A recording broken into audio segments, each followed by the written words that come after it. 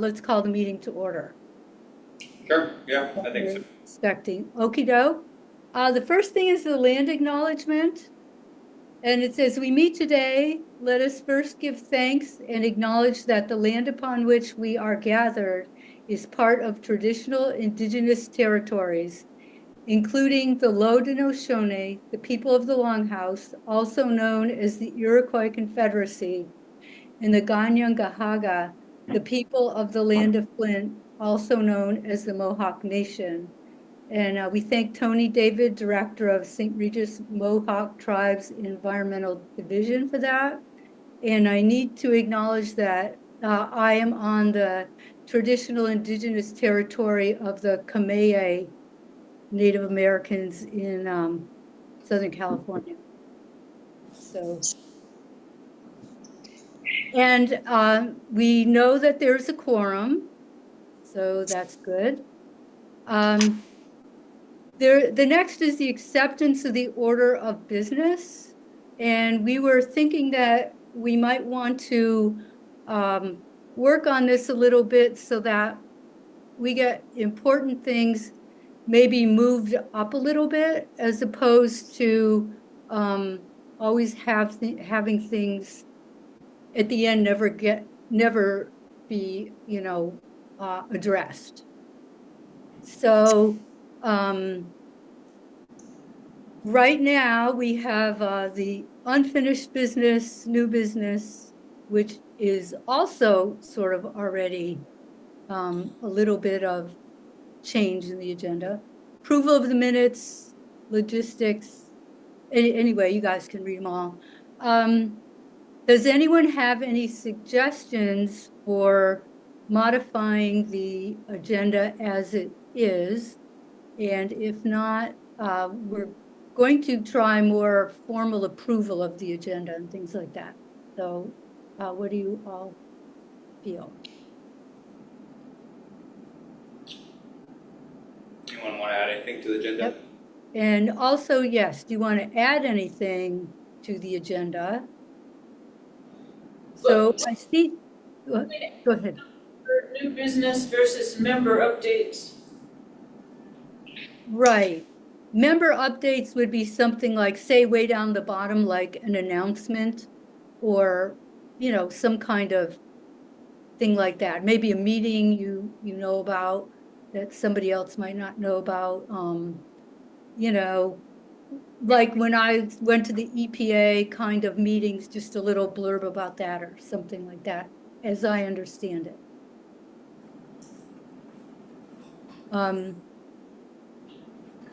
I also noticed that we have down below some new business before the member update. So we have new business. Okay, so we're asking for items for new business up above. So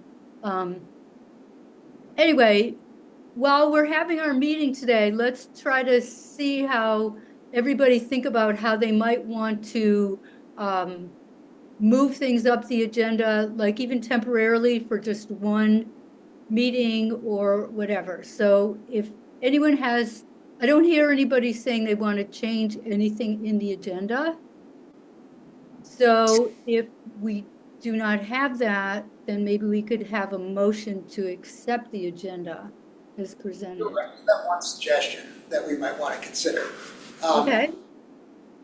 Two guests that are with us tonight under the state land master plan, and we might want to take it, because they've traveled here or set aside time to be with us. We might want to move that up on the agenda.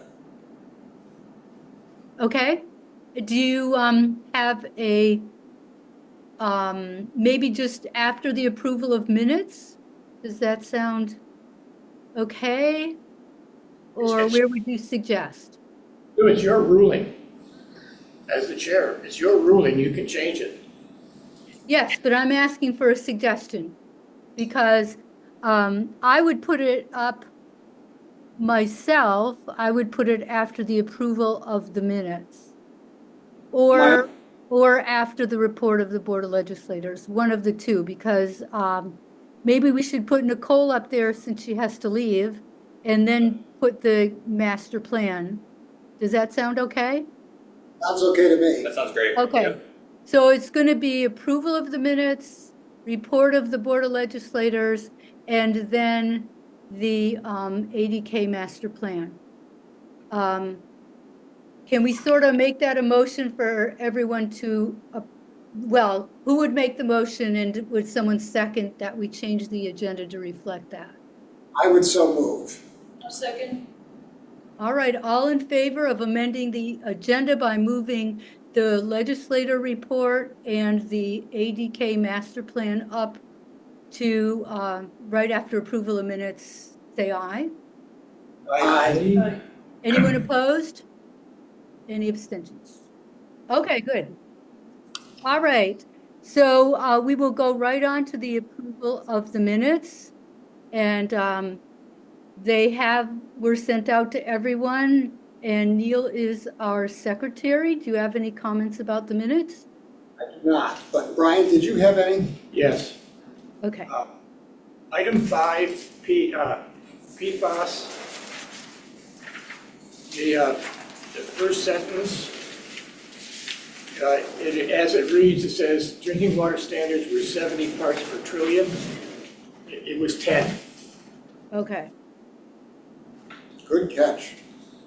And going down under PFAS, item E,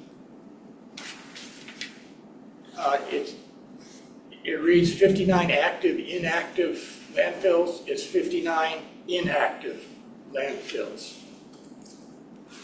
So just strike active. Just strike out that active. That's probably enough. does anyone else have any comment about the minutes? Okay, can we have a motion to approve them as amended by Brian? I so move. I'll second. Okay, all in favor of accepting the minutes with the two corrections that Brian made, say aye. Aye. Anyone against? Any abstentions? Okay, the minutes are approved. And now we are going to ask Nicole to give us the report of the Board of Legislators, please. Sure thing. So I'm always pretty brief here. So I think just most importantly, I know folks want to know where they stand as far as reappointments. So we have had second announcements for Rachel for term to expire 11/3. And we had second announcements for reappointment for Adam, Lance, Neil, and Sue also for term to expire 11/3/2026. So the second announcements will go through at the next board meeting, which is December 2nd. I think that's right, December 2nd, I believe. Then I had forwarded on to you just for some input about, did I forward on to you the information about the National Marine Sanctuary? No. I don't think so. I'll go back to that. Okay. So I had forwarded on some information, Brian. Thank you very much for comment to make in regards to the rulemaking, the New York State Freshwater Wetlands Act. Unfortunately, the board did vote to oppose that or encourage Governor Kathy Hochul to recognize New York's Freshwater Wetlands Act rulemaking and its impact on the critical local highway, bridge, and culvert projects, largely because from the county level, the financial burden, cost associated with that, as well as the amount of time that it takes them to get projects pushed through. I did bring up, Brian, your points that you made, and thank you very much for that. It did pass with 9 folks voting for it, and there were, myself included, that voted against it. And just that balance of the environment. So thank you for those points. I appreciate them. The other The other resolution that went through that was forwarded to the state was the concerns of impacts of efforts to electrify the highway department vehicles by the adoption of the advanced clean truck rule. There were a couple of legislators that voted against that too. And I'm happy to send you the language in the resolution so you can see what their points were that were made. But really, it was just the fact that we just don't have the capacity to go to full electrification by 2025 for our larger rigs, like our dump trucks, things like that, that 2 hours the battery would be down and just the infrastructure is not in place. The last resolution that I wanted to mention to you is we have submitted a grant application to the U.S. Environmental Protection Agency for Brownfield Community-Wide Assessment Grant, which would allow us to really, as a county, for awarded the grant, would allow us to assess the brownfields and then put a plan in place for repurposing and cleanup of those areas. So I will keep you posted as we hear more information about whether or not we're awarded the grant. I'm sure Sam will know prior to me knowing. And then the last thing that I wanted to bring up in the 2 resolutions that they had sent urging Governor Kathy Hochul, those always come from NISAC. So in September, legislators attended NISAC at the end of September, and these are resolutions that the policy committees bring forward that they're lobbying for through the New York State Association of Counties. And so once they've passed those resolutions, they forward on a pretty thick packet of resolutions, and those were the ones that came from NISAC. So just to share that there was no, it wasn't there was a legislator that was passionate about them and brought them forward. It was more, here's the whole 25 resolutions that we're bringing from NISAC to St. Lawrence County Chamber floors. One of the topics of discussion that was brought up out of those resolutions is, I'm not going to remember what county it was. I should have written it down. But so 2 years ago, we were approached by the National Marine Sanctuary. They were looking to create a National Marine Sanctuary for Eastern Lake Ontario. And they had approached St. Lawrence County to see if we wanted to extend the National Marine Sanctuary up through Robert Moses Dam. We had them come and present. They shared information about what other national marine sanctuaries look like across the United States. This one was very interesting because it's the first freshwater national marine sanctuary. But they really were looking at the impact on tourism and the economic development, access. And so the county ended up not passing the resolution to have the National Marine Sanctuary extend through Robert Moses, with the caveat that down the road, once the Marine Sanctuary was established, we could approach them again and ask them to reconsider extending the boundaries. I did actually vote in favor of the Marine Sanctuary, including all of the area up through Robert Moses Dam. It was myself, Rita Curran, Kim Reagan, and Margaret Haggard that voted in support of it, but we didn't get the votes. The reason I'm bringing this to your attention is because at the request of Rita Curran, we were asked to evaluate whether it's something we want to reconsider because some of our neighboring counties have actually forwarded resolutions in support of the National Marine Sanctuary. So it was kind of brought up, it would take one of the 11 legislators that voted it down to bring it back to the table. But I just wanted to put it on your radar. I brought it to Fisheries Advisory Board as well, just for their information. I think that there are a lot of good benefits to it. However, I would certainly lean on experts because I'm not one. But for a lot of reasons, I think that it would be very beneficial. So if you have anything to weigh in, it hasn't been brought to the floor yet. We don't have an active resolution in place.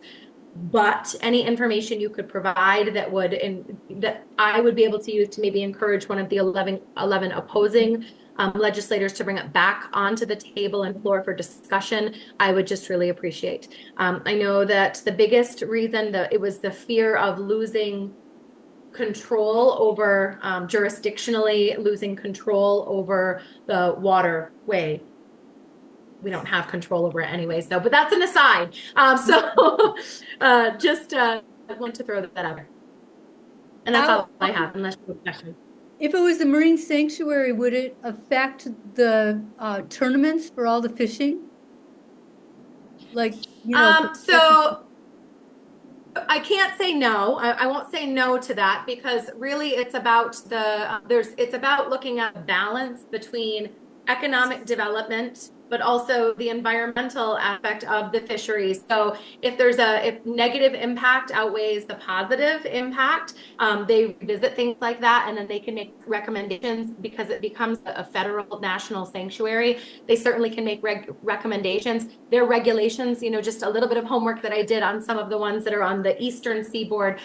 Certainly they can put fishing regulations in effect that kind of trump what they are for the rest of the state on that particular body of water. But usually that's for the benefit of the fishery. It's not to limit people's ability to fish. It's a window of time that you're really trying to get balance in the ecosystem. They still hold in Michigan, Big Bay, it's not Big Bay.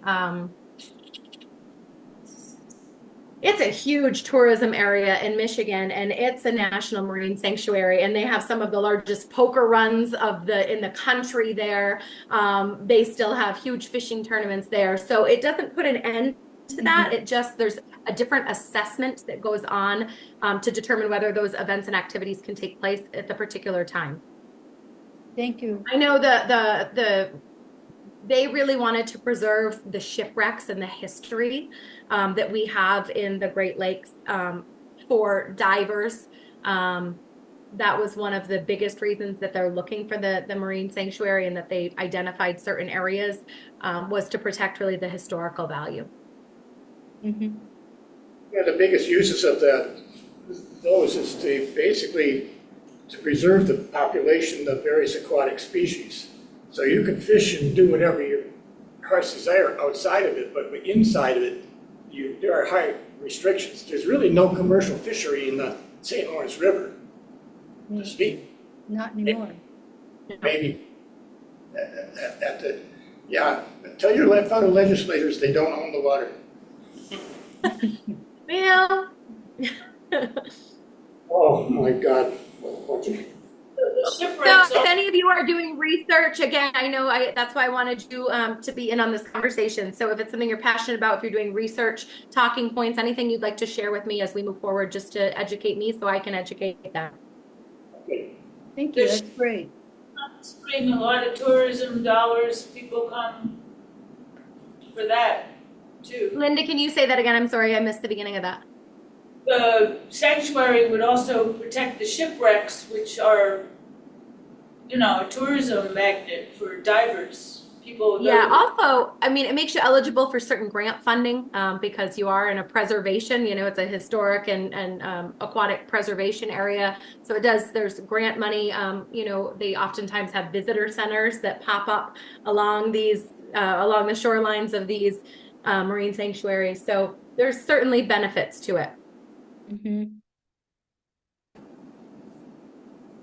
Okey doke. Does anyone have any questions for Nicole or anything? Okay. We're gonna move on now. Yeah, sorry. Go ahead, Brian.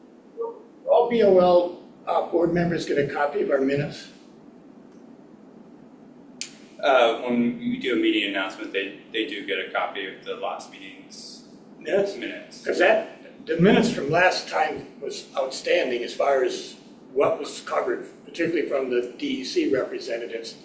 And it might be educational for those people on the BOL where we are as far as a number of these issues. So they supposedly. Thank you. And yes, they do skim forwards those minutes on, but also when I give my monthly update, so just to be an example, I don't know if you can see, but these were my notes from last month's meeting that I take, and I actually read those notes, every bit of them off. So every presentation, anything that we talk about, I do give that update to the Board of Legislators as well when I give my monthly update.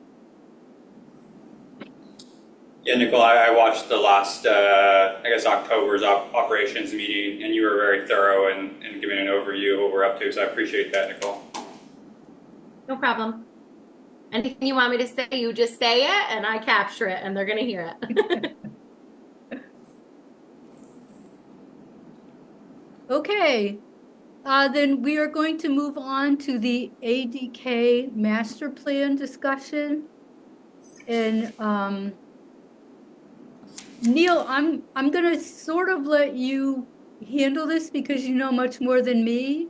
So if you want to say anything to introduce us all, or we should just, hand it over, whatever you want to do for now. People attending this meeting from both the Department of Environmental Conservation and from the Adirondack Park Agency. I really want to thank you both for coming, to us and being with us tonight. I think what I would like, we've got a couple of concepts. We have not really discussed the management of state land in this committee for, well, as long as I've been here. We haven't had a detailed discussion about who does what.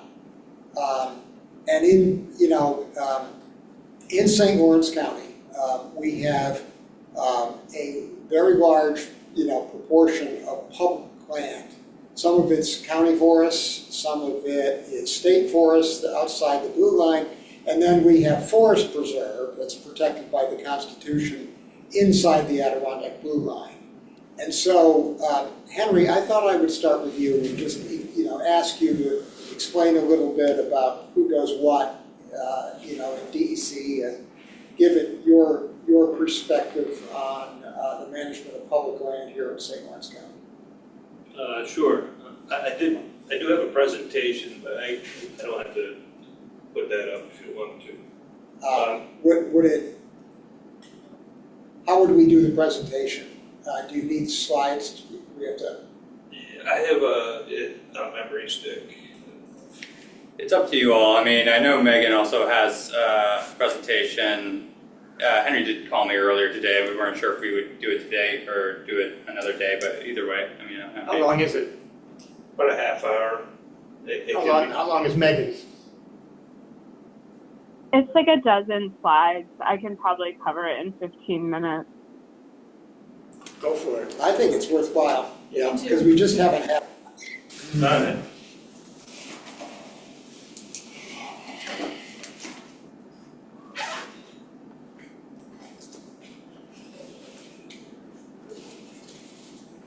Sorry, I don't think I caught the name of the DEC representative in the room. Would you mind repeating it?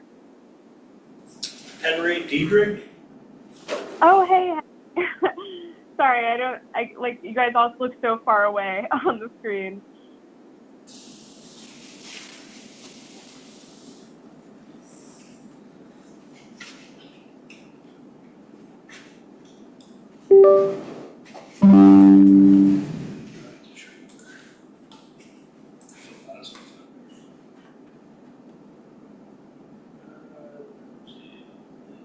Right there.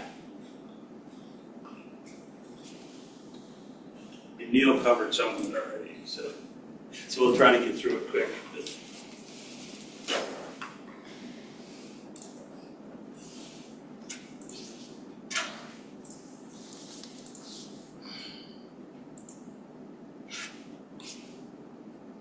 It's kind of giving me like a little fuzzy double. I don't know why, but Oh, I see what you mean. so I apologize for the quality up there. I think it's something with our either, I don't know what it is, but it's not your presentation. It's It looks fine to all of us on Zoom. Yep, right now. yeah. Looks good over there. You're special. We'll go home and watch it. You can also see it on this little dinky screen over here that you can. Yeah. It's mostly text, so It just cleared. It's fine. there you go. Yeah. Oh wow.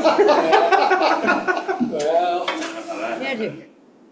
the glue superseded the pouring, that's all.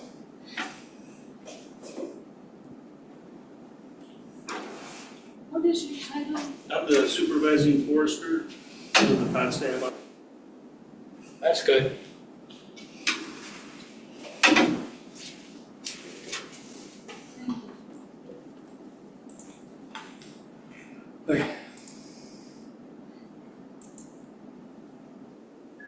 Just some background, just a couple of facts here, I guess. New York has one of the largest percentages of both state land and conservation easements of any state in the United States.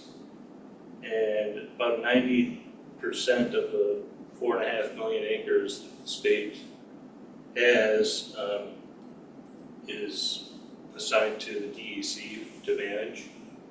That includes forest reserve land inside the park, state forests, and as well as conservation easements. State forests, like I said, that they're outside of the blue line, outside of the forest reserve. They consist of reforestation areas, multiple use areas, and a lot of that has to do with when they were purchased, under which acts and bond acts they were purchased. There was a 1929 Reforestation Act that allowed the creation of state forests in the state. State forests are managed for multiple purposes. We do harvest timber on state forests, water quality, wildlife habitat, recreation, and the forests in New York State are green certified, third-party green certified by the Sustainable Forest Initiative and Forest Stewardship Council. And there's a statewide plan called the New York State Strategic Plan for State Forest Management, and that guides the management of state forests. And then there's also individual unit management plans associated with each unit of the state forest.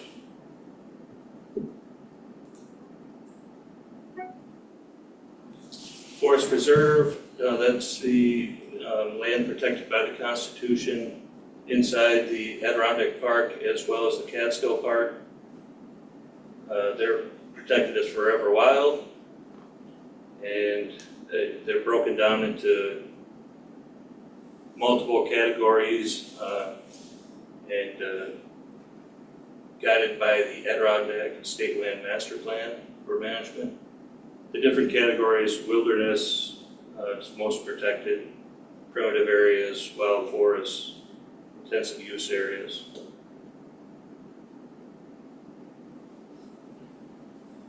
And yeah, like I said, they're guided by the Adirondack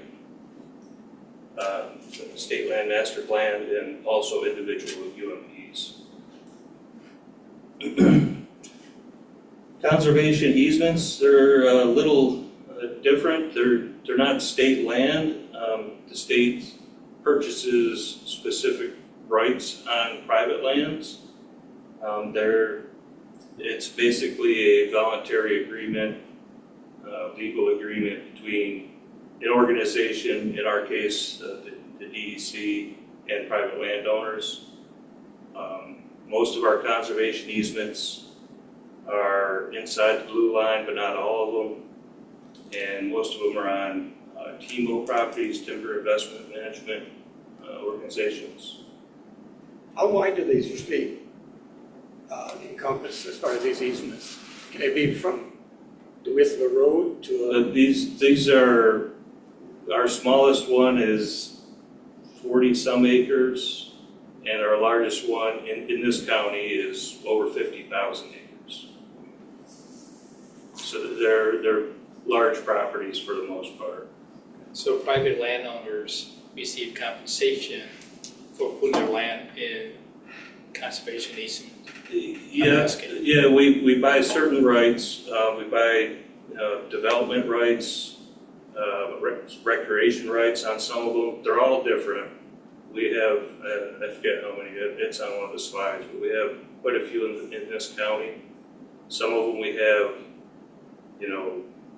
non-motorized recreation rights, motorized recreation rights, and development rights are usually, they're allowed to have camps, hunting camps, so many, and that's about it. They're working forest easements, which means they can continue to harvest timber according to a management plan. But yeah, the compensation, so when we buy those rights, we basically cut them a check for those rights. And then the state also pays part of the taxes on these properties. I was gonna say, are they still paying property taxes or? It depends on, how the rights are split. Right. But, Right. so they do still pay taxes on the rights that they own. Got it.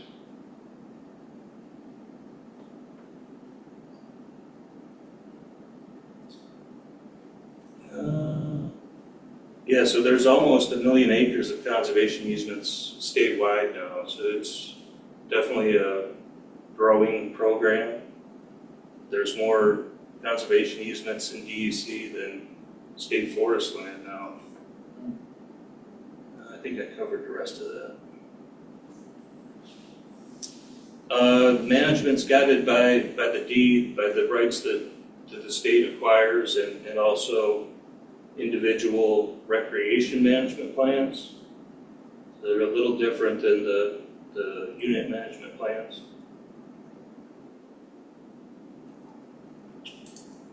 So why plan? There's many reasons to plan.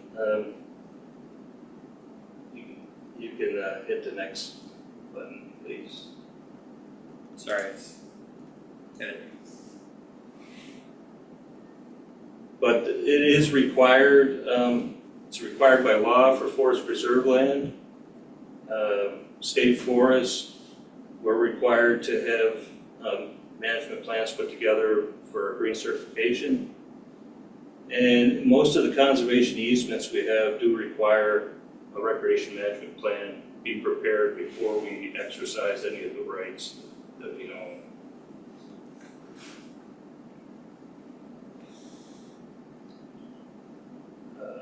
You can just flip this through.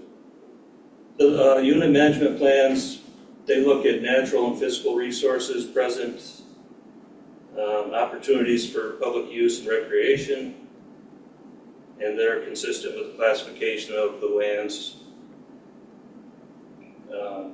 State forests provide an opportunity to enhance biodiversity, create wildlife habitat, stuff like that through harvesting.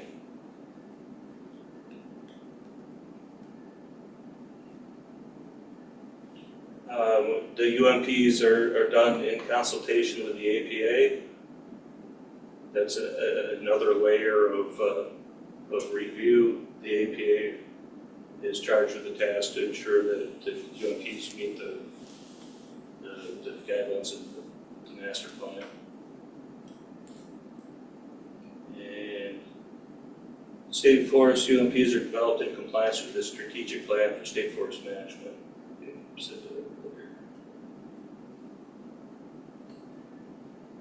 RMPs, recreation management plans, are more limited in scope, and they identify the public recreation access opportunities that are purchased by the DEC. We don't always implement and exercise all of our rights. Sometimes we acquire certain rights that we may develop a trail here or there, but not everywhere, I guess. Did you get all those? Sorry. So this is a pretty simplified version of the steps involved with developing UMPs and RMPs. First, we conduct resource inventory of the units. It is done through a public process. We have scoping meetings or informational gatherings to get input from the public before we draft the plans.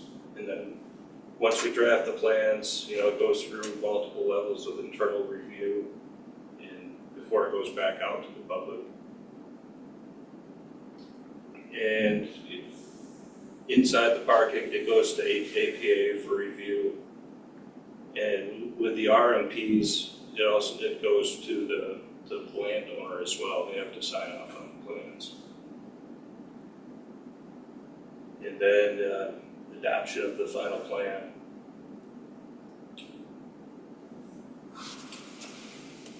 So these are the management units in St. Lawrence County.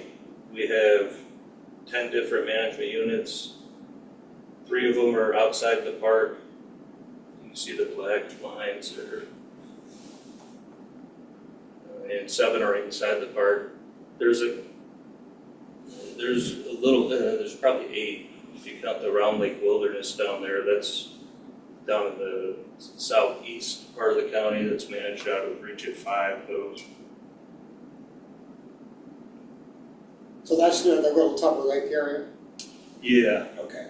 Yeah, between there and it used to be part of the Horseshoe Lake Wild Forest. That was reclassified. So part of that's in Little Tupper Round Lake area. So there are 39 state forests in the county, almost 70,000 acres in 3 units. That's the names of them. They're St. Lawrence Flatlands is mostly the Brazier State Forest is the largest one. That's 20,000 plus acres.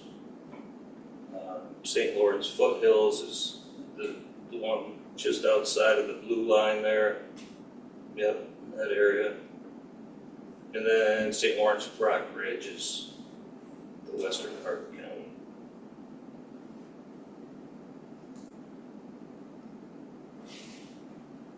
Forest Reserve, 7 units, it's about 245,000 acres. And these are all the units that we manage out of Potsdam.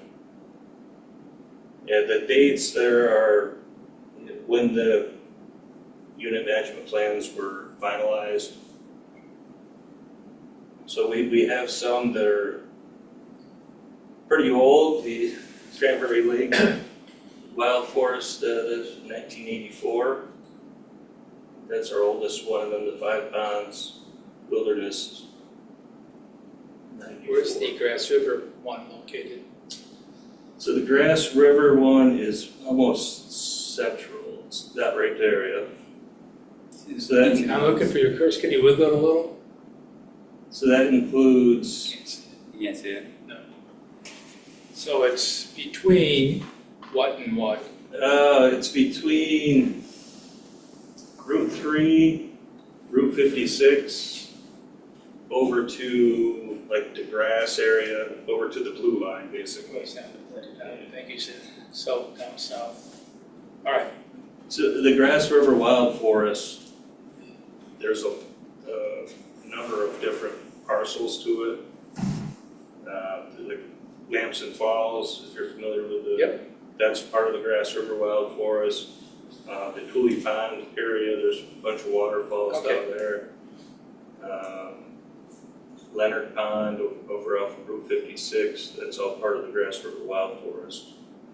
And as you can see, the brown shaded, those are conservation easements. So there are, in the Grass River unit, the Grass River conservation easement and the Cooley Pond conservation easement, along with Long Pond conservation easement, fall into that unit. In the past, the RMPs used to be included with a UMP, but they're now separate documents. We manage them separately now. The Racket Boreal is the Jordan River. Yeah. Jordan River, Racket River, Wild Forest, which is along the Cary Falls Reservoir.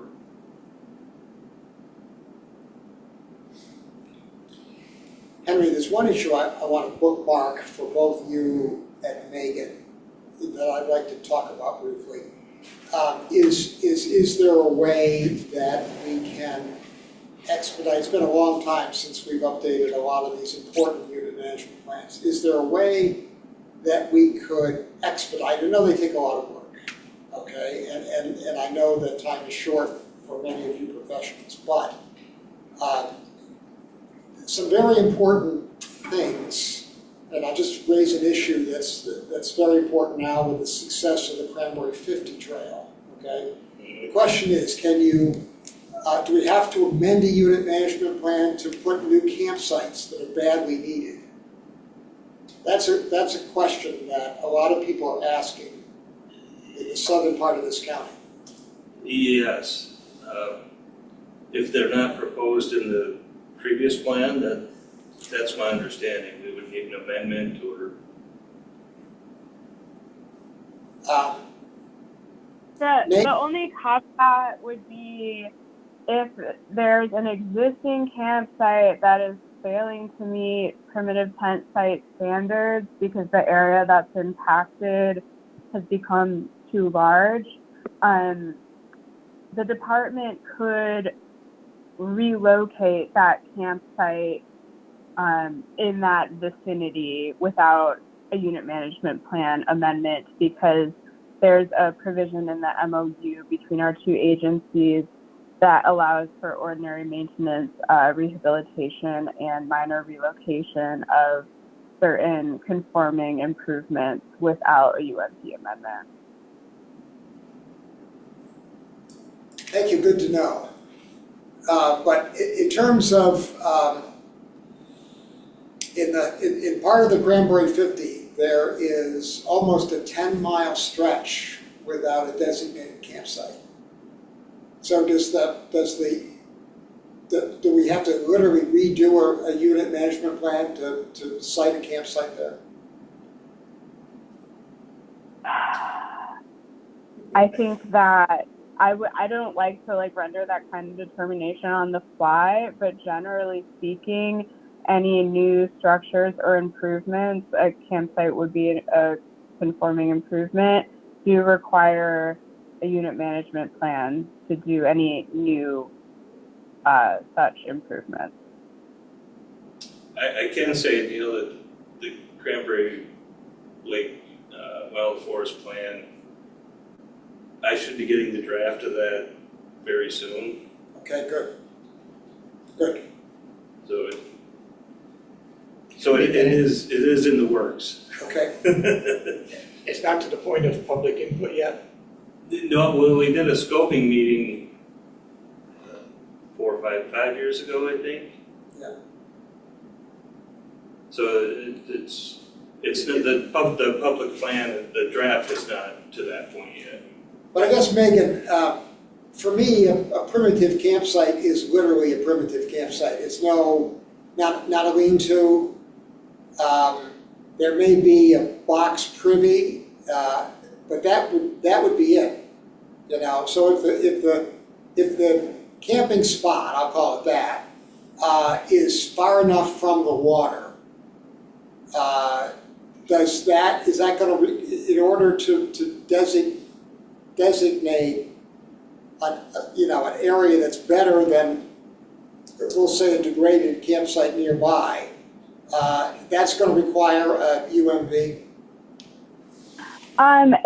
So if it's a brand new site, it requires a UMP. If it's just relocating a site because the existing site is too heavily impacted, we have a monitoring protocol and certain standards for primitive tent sites. And so DEC could relocate a site, but they can't just create a new one without a unit management plan. Okay, and I have a follow-up question, but I'm going to wait, Megan, until it's your turn. Okay. Conservation easements, so we have 29 of them in the county, about 245,000 acres. And this is a list of them. Is there any concern from the public or elected officials, county and state, that I'm guessing the reduced property taxes revenue from conservation easements just raises everybody else's property taxes. I mean, I'm not saying that that's true or not, but I'm just raising that possibility and if there's any contention because of that. There are concerns, but the tax, the state pays taxes on the rights that the state owns as well. The landowner still pays. The tax burden is still the same. The revenue coming in is still the same. For easements that the state owns, if a nonprofit owns an easement, it may be different. No, I'm just talking about private landowners. Yeah, so the tax revenue to municipalities should be the same. Okay. I thought before you said they pay lower property taxes. Well, the landowner would pay less, but the state is picking up the rest of it. Okay, that's the part I don't know about. All right, but then that's an expense on the ledger, so therefore, it's a zero-sum game that's somewhere that Somewhere, there's a yeah. shifting of who's paying what, that's what I'm saying. Michael, the point I would also make is that typically these conservation easements or even the forest preserve, they don't send kids to school. Generally speaking, they don't require any kind of municipal services. So for many communities, I would argue that state-owned land and conservation easements is actually a plus for many of these communities. They may not see it that way. No, that's what I'm saying, there's perception here. But the perception I understand, but the reality is that I think that state ownership of easements and forest preserve generally is a benefit to local communities. When you factor in that DEC is not requiring any public services to speak of. So I'm from Illinois, so I'm familiar with conservation easements there. Okay, I'm not pretending to be familiar with New York State easements. The other thing is landowners, whether on your property, if you take an easement of any sort, historic preservation, conservation easement, the question is, will that impact my property value? And then it's like, then you got to equate the pluses and minuses and how it pertains to you individually. Yeah, that's a great question, and I don't, it doesn't seem to. They seem to sell the properties and get the same value out of them with the easement out of them. Because there is a benefit. The state is doing work on roads on the property. So I mean, we're contributing to maintenance. So it reduces some of the costs. Right.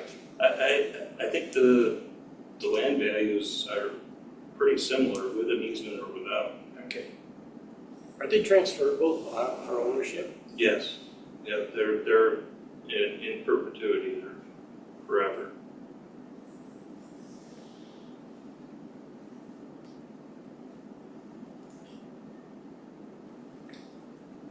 So the yellowish easements here are managed using a IRMP. Those are interim recreation management plans.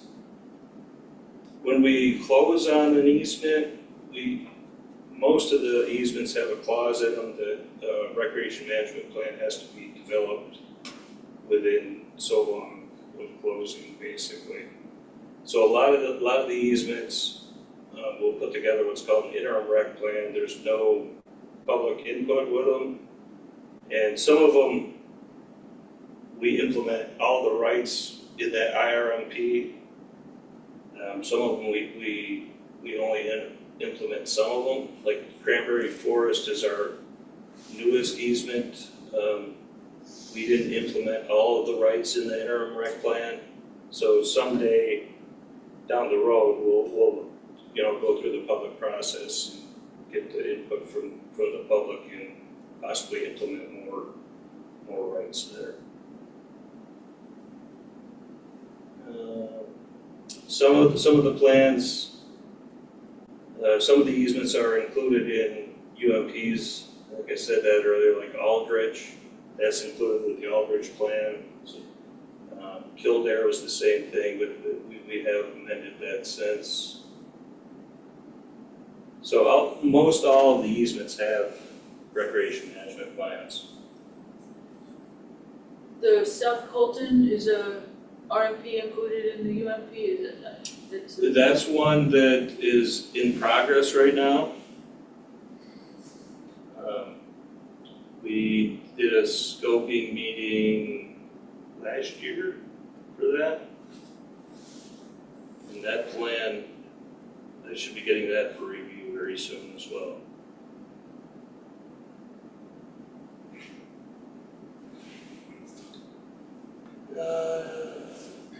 Yeah, just wanted to, this webpage here has all of the unit management plans and recreation management plans that are finalized or in draft form. It also has ones that are out to public review. And this is statewide.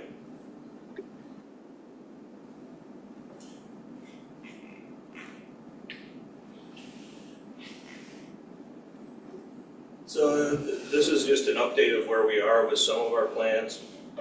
The St. Lawrence Rock Ridge UMP is in central office, as well as the West Lassiter Tracks RMP, waiting final approval. The commissioner of DUC signs off on UMPs. The director of the Division of Lands and Forests signs off on RMPs.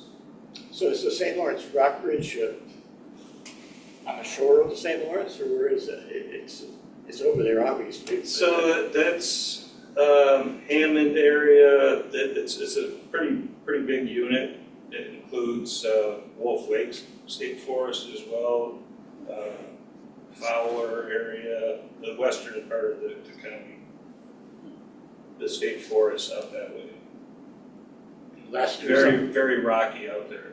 And Lassiter is the South Colton area. The West Lassiter Tracks is the Deers Lot and Pine Hill conservation easements. They were the Lassiter easement is a very large area. It included a lot of different parcels.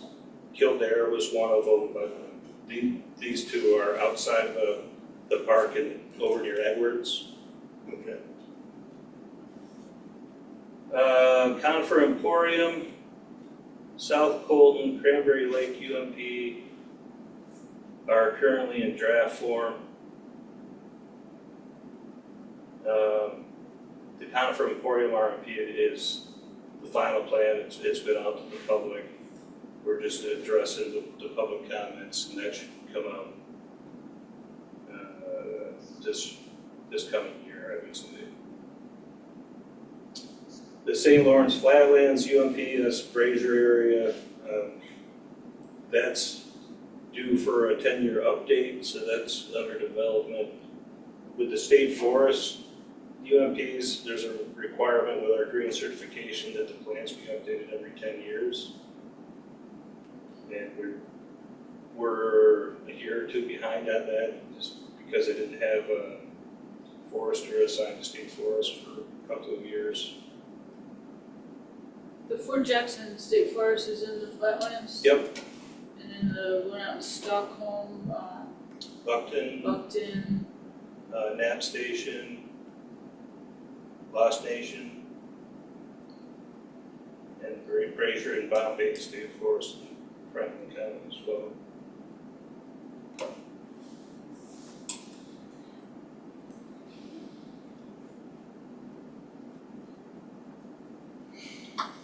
Yeah, so these are just a couple of web pages. The strategic plan for state forest management is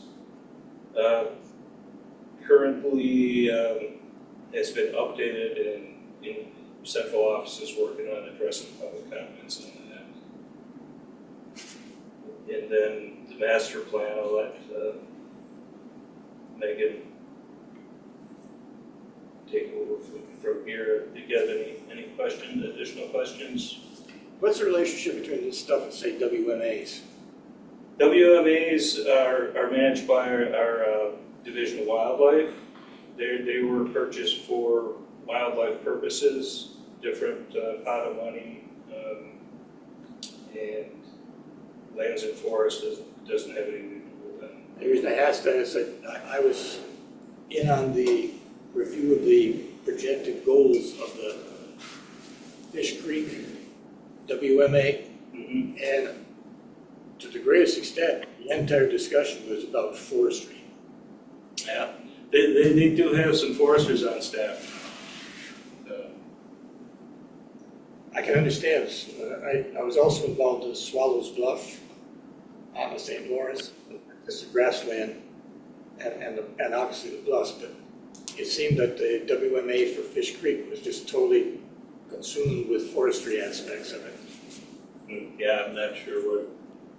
I mean, they use forestry for certain wildlife habitat. Because we all know in this room that EBA came across the river. Emerald ash borer. Right, came across the river, and I asked the question.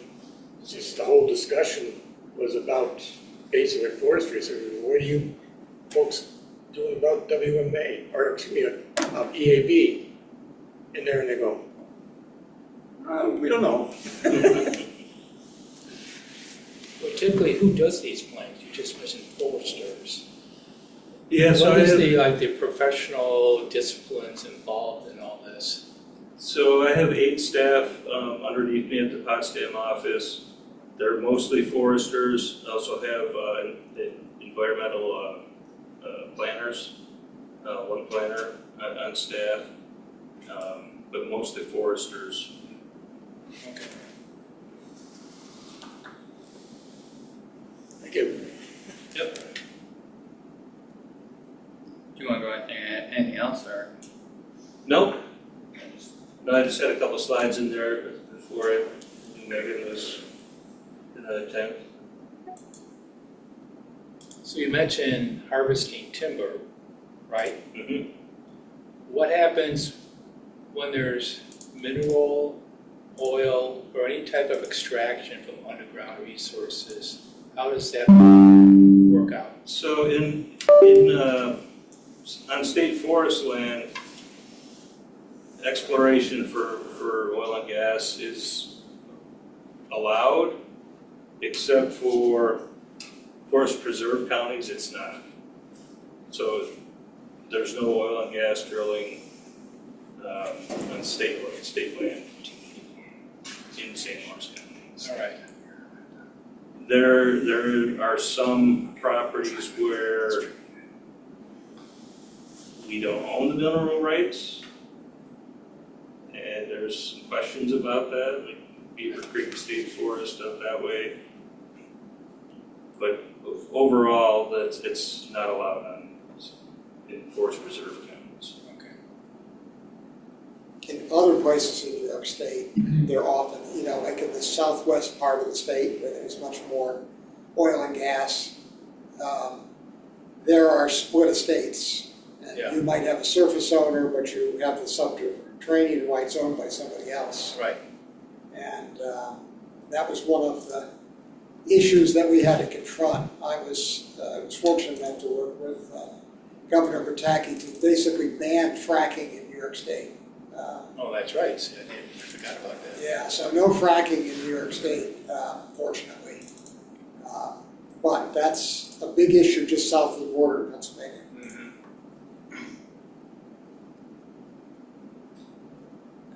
Henry, Yes. do you mind if I actually make a copy of that presentation? Is that possible? Sure. I'd like to distribute it to folks, and I'd like to have a copy myself. Yeah, Is that all right? yeah, I can send it out, or you. I'll just copy it right now. That's fine, yep.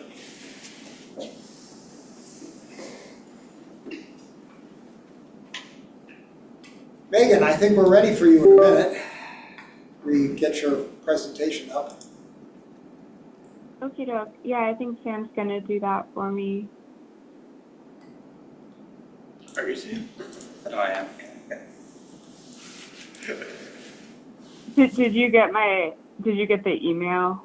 I can I did. send it either way if you prefer.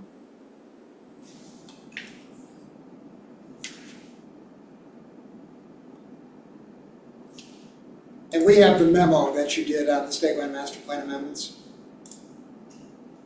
Great. So while Sam is queuing up, oh, there we go. Can folks help me figure out how to kind of like tailor the level of detail? Are folks pretty familiar with the state land master plan, like what it is, before we talk about amending it? I think it varies. Okay. As I said at the opening of the meeting, this committee, are you familiar, Megan, with the environmental management councils? I looked at your website today. Yes. Okay. I just they're created as part of the environmental conservation law. Every county in New York State is supposed to have one. Many don't. Some are very active. I'd say we're quite active. The couple of the areas down in the Finger Lakes have very active environmental management councils.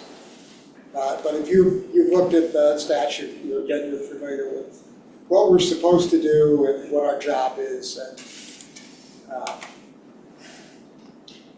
one of the things that we have tried to do is to expand public knowledge about the management of state-owned lands and in St. Lawrence County. Awesome. Yeah. As part of our trying to educate people, do you have like a little elevator speech that we could give to people that don't know anything about the Adirondack State Land Master Plan or something like that? Yeah, sure. I'd be happy to just kind of give you a nutshell version before I give a really short presentation, and then I kind of wanted to just like leave time for discussion, and I'll speak to the question that Neil raised earlier in my presentation as well. But the Adirondack Park State Land Master Plan was originally drafted in 1972, and the plan does a couple of things. Importantly, it sets up the state land classification system. Henry alluded to this a little bit. So it is the agency's purview to classify state lands according to their physical characteristics and capacity to withstand use. So the master plan describes 9 different land use classifications that we could classify land into. Actually, some of them are overlays, but that's getting into the weeds. But wilderness is our most restrictive land use classification.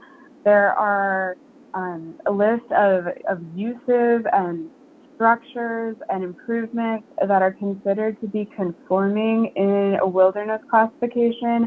And then that list kind of trickles down through the less restrictive classification. So if something is allowed in wilderness, it will be allowed in primitive, canoe, wild forest, intensive use areas, and so on and so forth.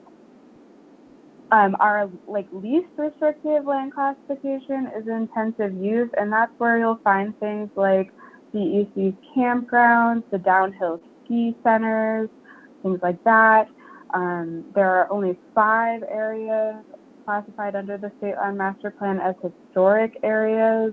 Those are places like John Brown Farm, Crown Point Historic Site, a couple of fire towers, and Great Camp Santanoni.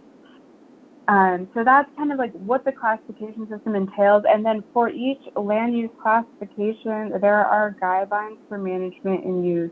And so those guidelines set out the list of conforming uses, structures, and improvements, and other general guidelines about how those lands should be managed and can be enjoyed and utilized by the public.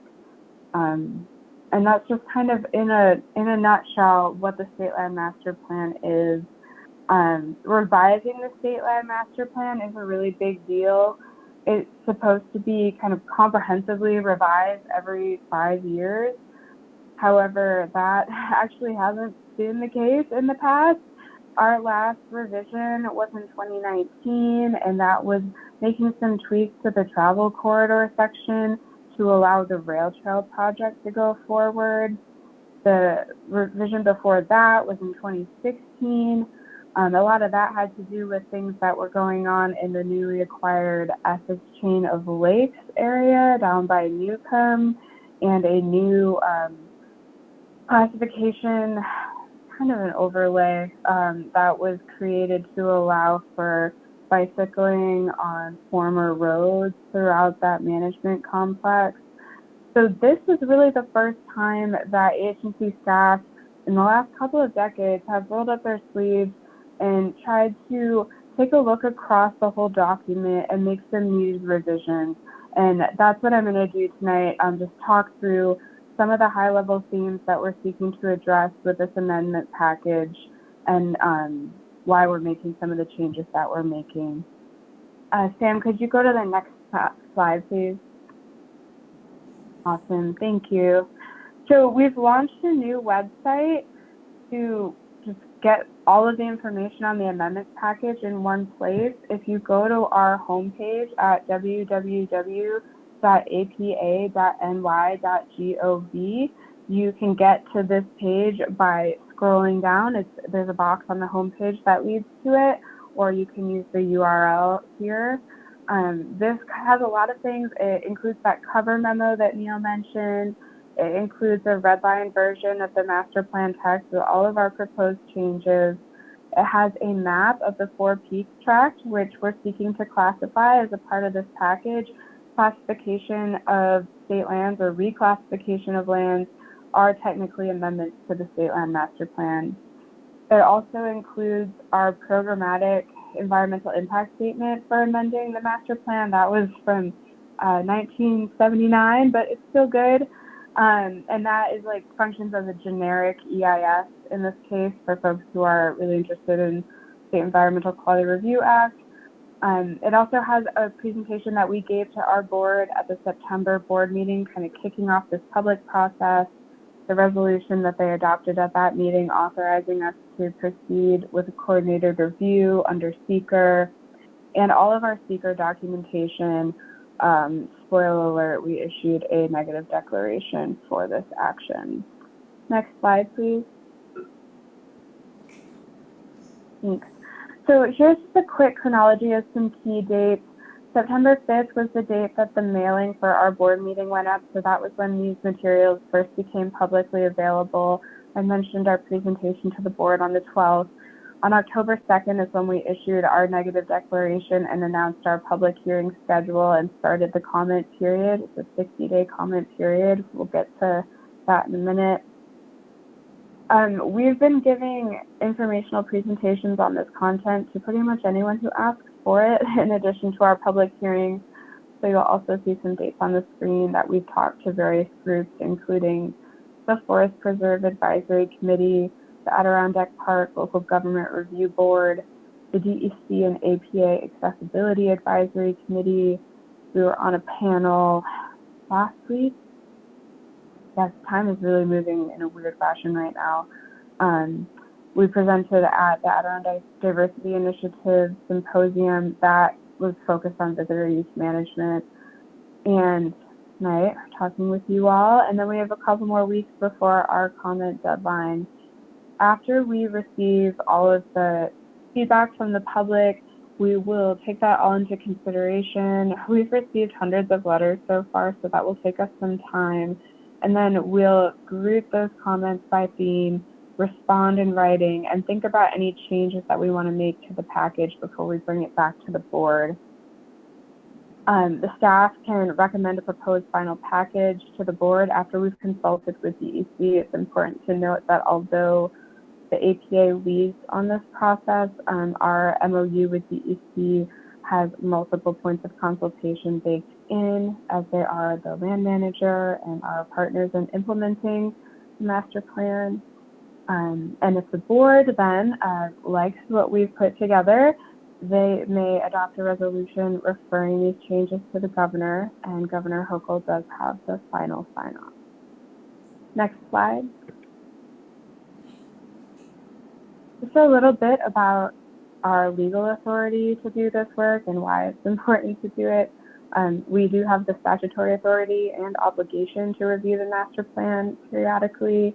and propose amendments for public consideration. Next slide. And I think it's important to note like why that's so important.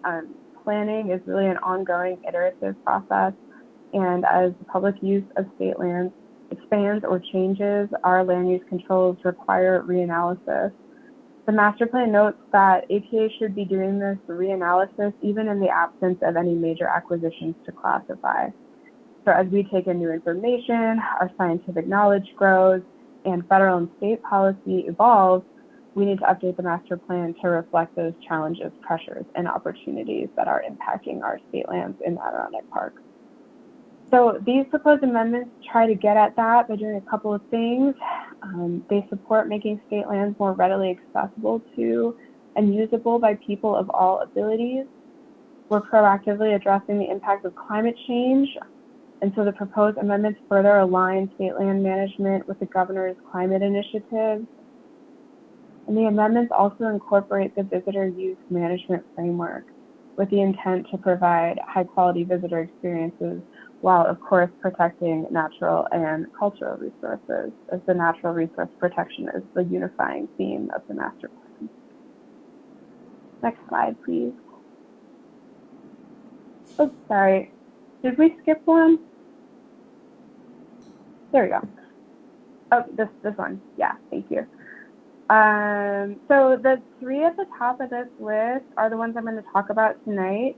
But if you look at that red line document that I referenced on our webpage, you can read in more detail about the other changes that we're proposing. Next slide, please. Awesome. Okay. So climate change, obviously really important, and we're making these changes to the State Land Master Plan to reflect the directives under the Climate Leadership and Community Protection Act. We're adding a new section to the introduction that talks about the goals of the climate law and the sector-specific scoping plan that was adopted by the Climate Action Council. This introductory section discusses the Adirondack Park's role in climate change mitigation, adaptation, and resilience, and gives some examples of how through the unit management planning process that Henry talked about, the land managers can be planning for and assessing climate change vulnerabilities and how we're going to make sure that the improvements that we put in the landscape stand up to those more frequent and stronger storms. So in each UMP, there's a new requirement describing how the management actions, when taken together, assess and plan for those climate change threats that are specific to the area in question. Next slide. Visitor use management. Just to say a few words about what this is in case people aren't familiar. The visitor use management framework is an iterative and adaptive management process. It's focused on science and monitoring, so it's data-driven decision-making, and there's a robust public participation component. So there's 14 steps to complete the framework, and what we're trying to do is weave this into the master plan as the methodology for fulfilling the master plan's requirement for carrying capacity analysis. So the action that we're taking is all related to unit management plan development, and we're adding this new language in red here on the slide. So the master plan makes various references to carrying capacity, but doesn't provide a lot of guidance on how to assess what it is or manage for it. And the visitor use management framework is a more modern recreation planning model that carries forward some of the best components of previous models, carrying capacity being one of them, limits of acceptable change, the visitor experience and resource protection model. All of these previous models are carried forward in the visitor use management framework, and so it's really like an amalgam of the best of the best. And that's what we're actually using as a state now, and DEC has already been utilizing this tool in their land management. So part of what this requires in each plan is for DEC to establish desired conditions related to an area that might be experiencing some kind of management challenge. So desired conditions are what we want an area to look like, feel like, sound like, what state we want the natural resource condition to be in. And then we put forth indicators that we can measure and monitor and thresholds so that we understand when we collect information that is beyond a certain threshold, then some management action needs to occur. So it's an adaptive and flexible process. Next slide. Okay, accessibility. This one has been kind of surprisingly contentious, and I'll explain why in a minute.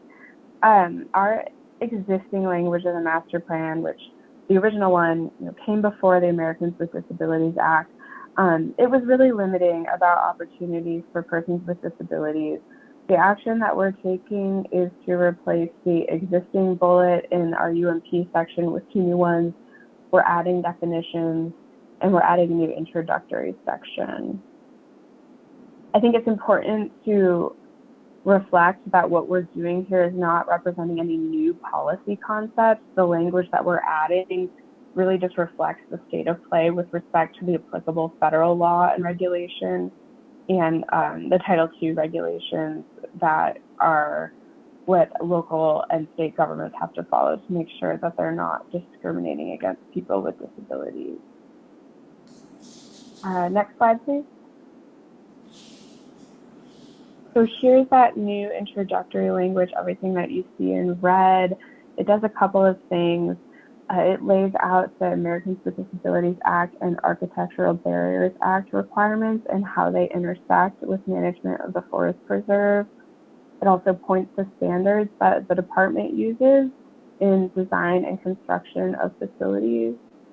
And it articulates where wheelchairs are permitted, which is anywhere that a hiking boot can go, and the process that DEC uses to handle requests for the use of other power-driven mobility devices, which I'm going to talk more about in a minute.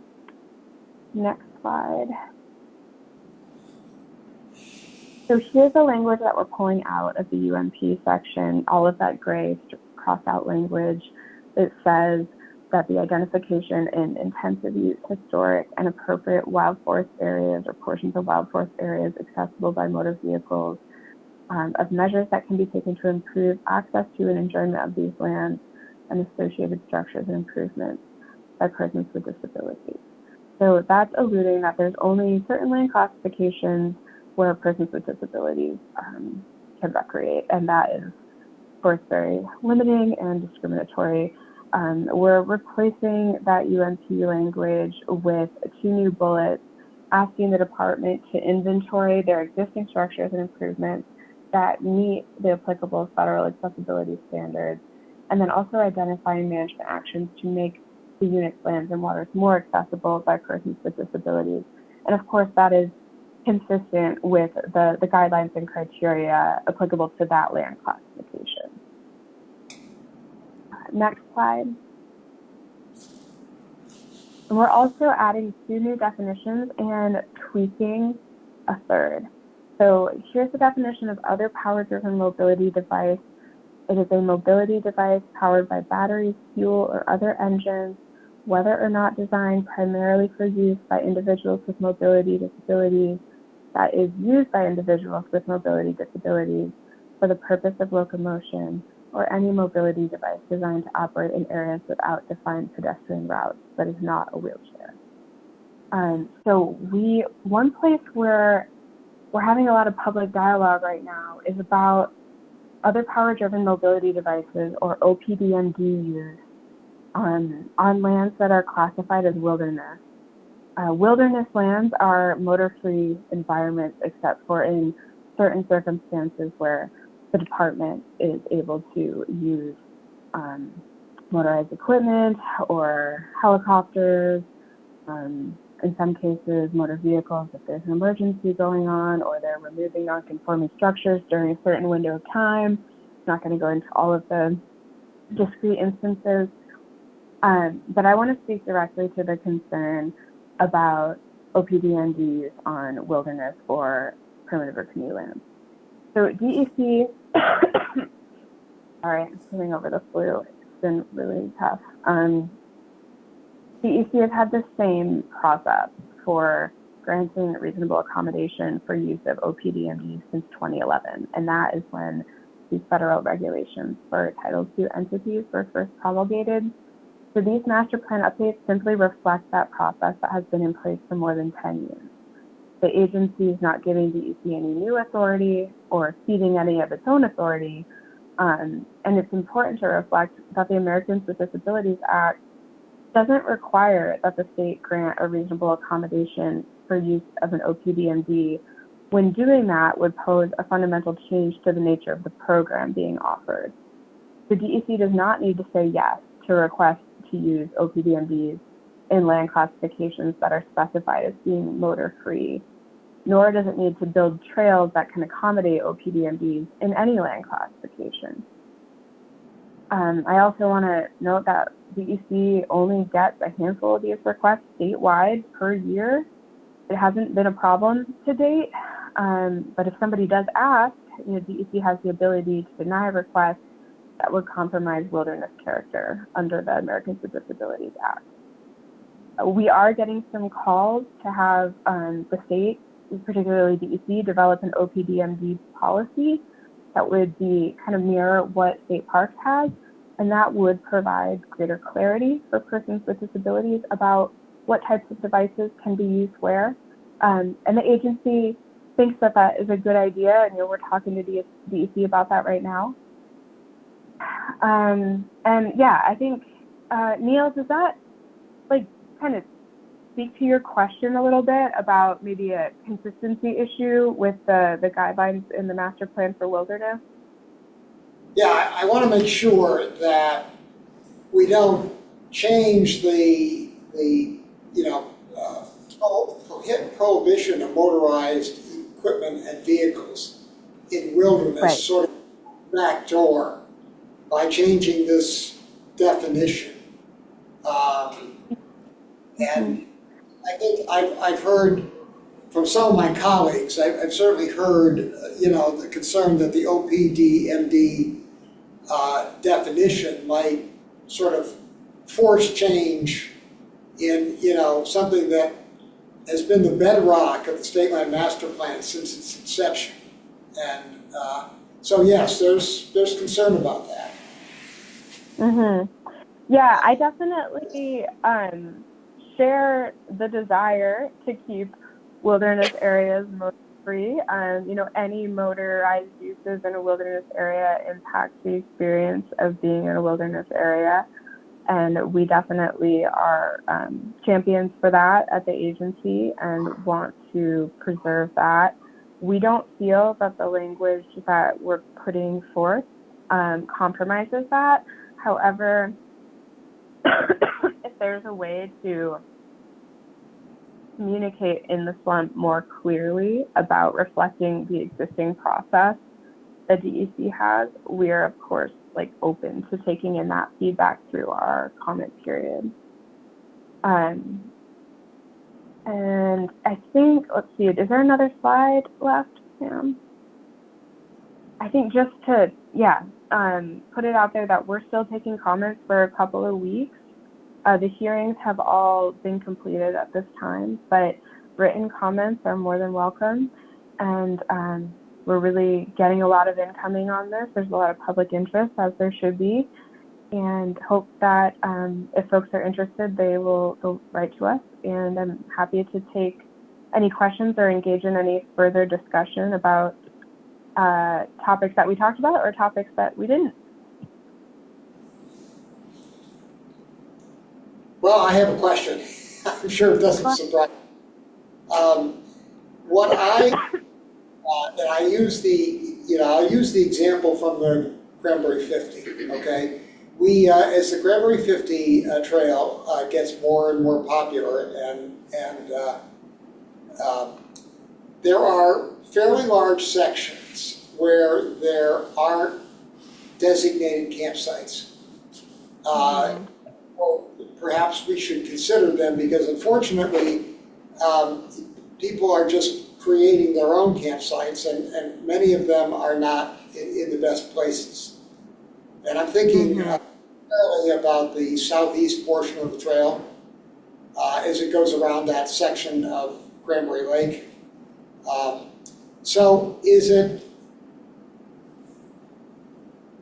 would it be possible to come up with so that you don't have to amend because I think there's two ways to go about this. There's either to create a policy that would allow the creation of a campsite if it replaces another one or allows the retirement of a nearby campsite that's in a degraded place. Or is it possible that we could, because one of the things I think that has held a lot of things back in this part of St. Lawrence County is the difficulty in approving management plans and preparing. They're a lot of work and for DEC and the park agency. And is there a way of expediting the UMP process? And one thing I was thinking about is often the process seems to require revising all of the components of a UMP. So if the isn't required to do a modification of the fish and wildlife portion or some of the other aspects, and really what's driving it is managing people. Can we find a way to make the management people decisions without having to revise the 5 ponds UMP, which, as you pointed out, hasn't been done since 1995, before the Great Blowdown? So that's my question. Yeah. Not for specific things, but go ahead, Amanda. Megan. Oh, it's okay. Yeah, I mean, I'm happy to, I don't have like a silver bullet answer to that question. I think it's a really important question. I'm hopeful that through the inclusion of visitor use management framework in the UMP process, that we can achieve a more flexible and responsive way to manage some of these issues.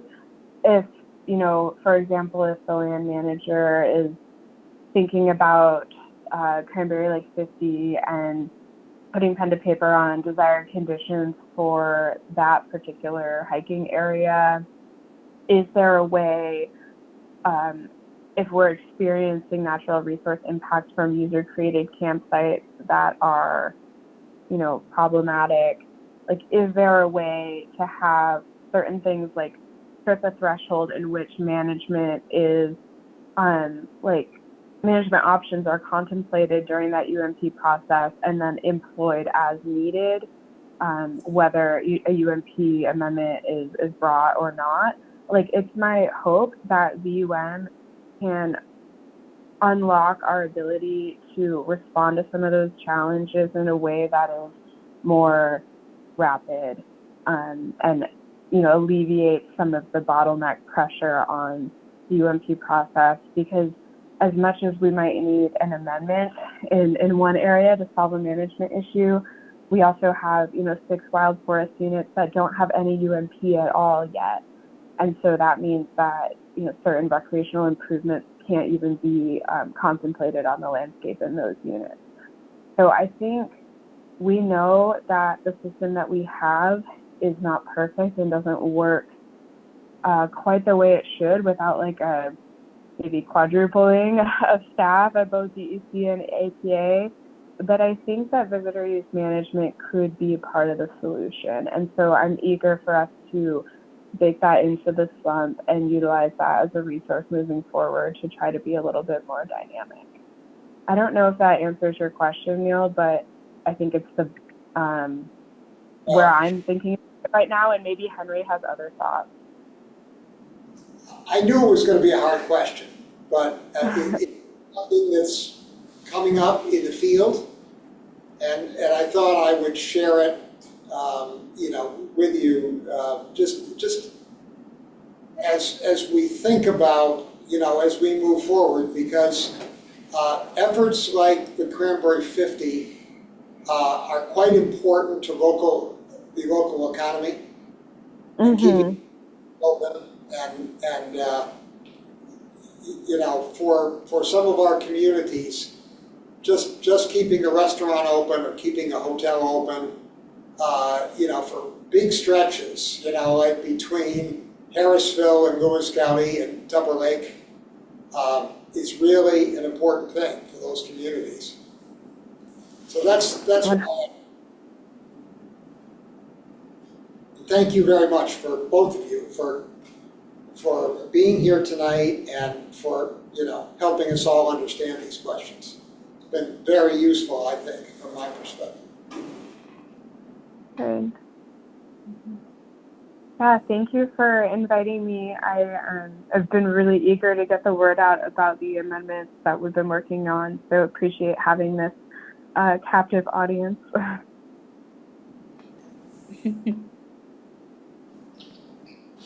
Don't make sure you're not a stranger, either of you. You're always going to be welcome. Very good. Yeah. Neil, I think maybe we should just ask if anybody else has any questions, either on Zoom or in person. And then I also want to thank you both for coming. It's been very clarified my thoughts a lot. I just had a quick question. Will a side-by-side be able to be interpreted as a mobility device?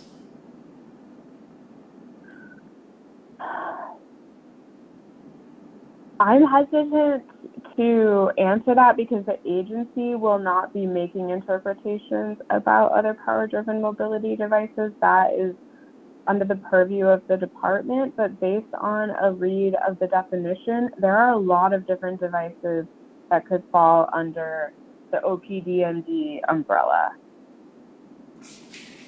And do they have to be used by a person with a disability? Can just people show up with one, or does it have to be a person with a disability? You have to apply through a process that DEC manages to use one of these other power-driven mobility devices.